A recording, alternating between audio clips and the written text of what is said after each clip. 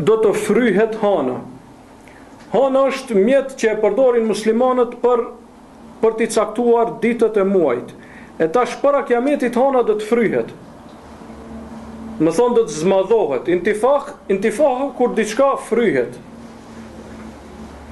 Si do më thonë ai brumi i bukës kur e lën, edhe ajo shkon të u fry, të u xhanu, çat fjalë ka përdorur pejgamberi alayhis salam.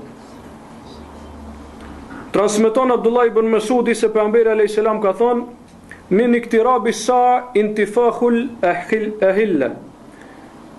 Për gjërave që tregojnë se kiameti është afruar është kur ta shihni se hana do të zgjerohet, do të fryhet, do të trashet.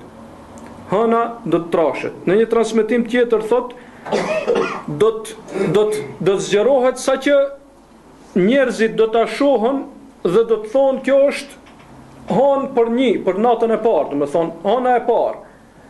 Se kur del hana në fillim është nata e parë, nata e dytë e kështu me radhë derisa bëhet 29 ose 30. Muaji hënori ka ose 29 ditë ose 30 ditë. E thot pejgamberi alayhis salam do ta shohën, do të mendojnë se është për natën e parë,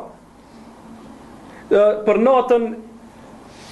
natën e dytë do të mendojnë, më falni, do të thonë do të mendojnë se është nata e dytë, ajo është nata e parë. Pse është zgjeruar. Sepse është zgjeruar.